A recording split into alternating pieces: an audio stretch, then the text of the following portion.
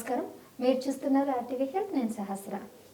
ఒకప్పుడు kidney transplant చేయాలంటే ఖచ్చితంగా సేమ్ బ్లడ్ గ్రూప్ ఉండాల్సిన ఒక నియమం ఉండేది. సో, మరి ఇప్పుడు అలాంటి నియమం ఏమీ లేదని అంటున్నారు డాక్టర్స్. ఎందుకని? మరి ఈ కిడ్నీ ట్రాన్స్‌ప్లాంట్‌కి ఈ కంపాటబిలిటీ ఎంతవరకు అవసరం అనేది విషయం మీద డిస్కస్ చేద్దాం. మరి ఈ విషయం డిస్కస్ చేయడానికి ప్రస్తుతం మనతో పాటు ఉన్నారు డాక్టర్ సిరపాని గారు, consultant nephrologist, Apollo hospital, Hyderabad. నమస్తే డాక్టర్. నమస్కారం అండి. డాక్టర్, ఈ బ్లడ్ గ్రూప్ కంపాటబిలిటీ అనేది కిడ్నీ ట్రాన్స్‌ప్లాంట్‌కి ఎంతవరకు అవసరం? ఓకే. ఒకప్పుడు బ్లడ్ గ్రూప్ ఇన్‌కంపాటిబుల్ ట్రాన్స్‌ప్లాంట్స్ చేయడానికి మన దగ్గర ఉన్న టెక్నాలజీ సరిపోయేది కాదు. బట్ గత 15 ఏళ్ళ నుంచి అలాగా ఈవెన్ బ్లడ్ గ్రూప్ ఇన్‌కంపాటిబుల్ సిచ్యువేషన్స్‌లో కూడా ట్రాన్స్‌ప్లాంట్ చేయగలుగుతున్నాము. ఇది ఎలాగా అంటే మనకు మామూలుగా ఫర్ ఎగ్జాంపుల్ నేను బ్లడ్ గ్రూప్ ఓ అనుకోండి. ఓ అంటే నాకు కొన్ని రకాల ప్రోటీన్స్ ఉంటాయి ఒంట్లో. ఎలాగంటే అవి ఏ బ్లడ్ గ్రూప్ని బి బ్లడ్ గ్రూప్ని రికగ్నైజ్ చేస్తాయి. రికగ్నైజ్ చేసిన ఈ ప్రోటీన్స్ ఏం చేస్తాయి అంటే వీటిని యాంటీబాడీస్ అంటారు అనమాట. ఈ యాంటీబాడీస్ వెళ్ళి ఫర్ ఎగ్జాంపుల్ బ్లడ్ ట్రాన్స్ఫ్యూజ్ చేసామనుకోండి ఓ గ్రూప్ వాళ్ళకి, బి గ్రూప్ నుంచి బ్లడ్ ట్రాన్స్ఫ్యూజ్ చేస్తే ఈ యాంటీబాడీస్ వెళ్ళి వాటిని అటాక్ చేసి చంపేస్తాయి. ఓకే, సో దాని పర్పస్ అది, బాడీ అలా బిల్డ్ అయింది. అందుకనే same blood group blood transfusions same blood గ్రూప్తో చేస్తాము.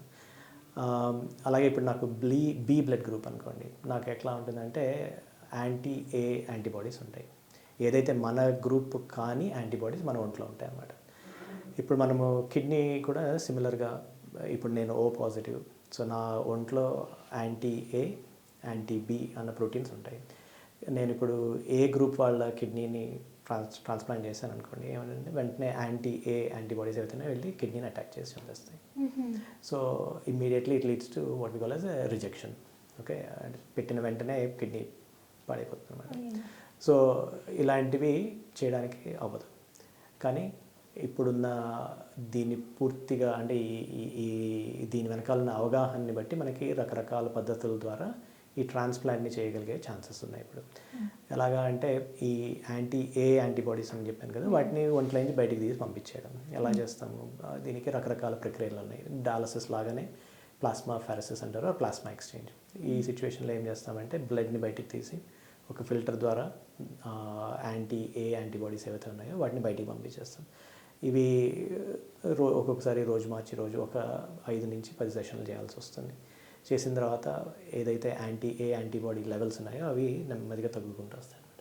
ఎప్పుడైతే లెవెల్స్ యాక్సెప్టబుల్ రేంజ్లోకి వచ్చాయో then we can proceed with the transplant చేసిన తర్వాత కూడా అంటే మళ్ళీ యాంటీబాడీస్ మళ్ళీ పెరిగి కిడ్నీని అటాక్ చేసే ఛాన్సెస్ ఉంటాయి. అవి రాకుండా ఇంకొన్ని రకాల మందులు ఇస్తాము. ఇవి ఏమిటంటే రిటక్స్మాబ్ అంటారు. రిటక్స్మాబ్ ఏం చేస్తుంది అంటే ఏవైతే కణాలు రక్త కణాలు ఈ యాంటీబాడీస్ని ప్రొడ్యూస్ చేస్తాయో వాటిని పూర్తిగా ఏమంటారంటే వాటి డిలీట్ చేసేస్తాయి అంటే డెస్ట్రాయిడ్. సో టెంపరీగా దాని ద్వారా ఆ లెవెల్స్ అంటే ప్రొడ్యూస్ చేసే సెల్స్ కూడా ఒంట్లోంచి తగ్గిపోతాయి అన్నమాట. ఇలాగ ఈ ప్రక్రియల ద్వారా సేఫ్గా బ్లడ్ గ్రూప్ ఇన్కంపాటిబుల్ ట్రాన్స్ప్లాంట్స్ కూడా చేయొచ్చు. ప్లాస్మా ఎక్స్చేంజే కాదు, ఇంకా రకరకాల అడ్వాన్స్డ్ టెక్నాలజీస్ ఉన్నాయి. అడ్జార్ప్షన్ అంటారు. ఈ అడ్జార్ప్షన్లో ఇంకా ఫాస్ట్గా మనకి ఈ యాంటీబాడీస్ని తీసేయడానికి అవుతుంది. సో ఈ రెగ్యులర్ కంపాటిబుల్ ట్రాన్స్ప్లాంట్స్కి ఇన్కంపాటిబుల్ ట్రాన్స్ప్లాంట్స్కి సక్సెస్ రేట్ చూస్తే మోర్ ఆర్ లెస్ సిమిలర్. అంటే ఇప్పుడు కంపాటిబుల్ ట్రాన్స్ప్లాంట్స్ 100 చేస్తే సంవత్సరం తిరిగేటప్పటికి 98 పనిచేస్తాయి. అదే ఇన్కంపాటిబుల్ ట్రాన్స్ప్లాంట్స్ అయితే 100 చేస్తే 97 పనిచేస్తాయి, లెక్క అంటే ఒకటి తక్కువ. బట్ ఇది చాలా తరచుగా వాడుతున్నాం ఈ మధ్యన. దీని ద్వారా మనకి outcomes are pretty good. So అంత విపరీతంగా టెన్షన్ పడాల్సిన అవసరం అయితే లేదు. కానీ ఒకటి ఖర్చు అయితే కొంచెం ఎక్కువ రెగ్యులర్ ట్రాన్స్ప్లాంట్ కంటే. ఎందుకంటే ఎక్స్ట్రా ప్రొసీజర్స్, ఈ ప్లాస్మా ఎక్స్చేంజే కావచ్చు, రిటక్స్మాబే కావచ్చు, కొంచెం మానిటరింగ్ కూడా ఎక్కువ ఉంటుంది. సో దీనివల్ల కొంచెం ఖర్చు అయితే డెఫినెట్లీ రెగ్యులర్ దానికంటే ఎక్కువ. అది కాకుండా మనము ఇస్తున్న మందులు రిటక్స్మాబ్, ప్లాస్మా ఎక్స్చేంజ్, వీటి వల్ల ఇమ్యూన్ సప్రెషన్ రెగ్యులర్ ట్రాన్స్ప్లాంట్ కంటే కొంచెం ఎక్కువగా ఉంటుంది. సో వాళ్ళకి రిస్క్ ఆఫ్ ఇన్ఫెక్షన్స్ కొంచెం ఎక్కువ అవకాశం. సో వాటికి రెగ్యులర్గా మానిటరింగ్, బ్లడ్ టెస్ట్లు, మందుల అడ్జస్ట్మెంట్స్ ఇవన్నీ జాగ్రత్తగా చేసుకుంటే సరిపోతుంది. So first 6 months risk regular transplants compare చేస్తే కొంచెం ఎక్కువ. But after 6 months they are exactly the same. So ఇది ఒకప్పుడు పాసిబుల్ అయ్యేది కాదు. It is very routinely done in big centres. Right sir. మీరు అన్నట్టు చాలామందికి ఇది అవగాహన లేదు, బట్ దీని ద్వారా మీరు చెప్పిన డీటెయిల్స్ ప్రకారం చాలామందికి అవేర్నెస్ కూడా వస్తుంది. Thank you so much sir. Thank you. చాలా విషయాల డీటెయిల్స్ అన్నీ కూడా మాతో షేర్ చేసుకున్నందుకు thank you. Thank you. So చూసారు కదండి, మీకు కూడా ఇంకా ఎలాంటి సందేహాలు ఉన్నా కూడా ఈ కిడ్నీ ట్రాన్స్ప్లాంట్ గురించి లేదంటే కిడ్నీ సమస్యల గురించి డెఫినెట్గా కామెంట్ చేయండి.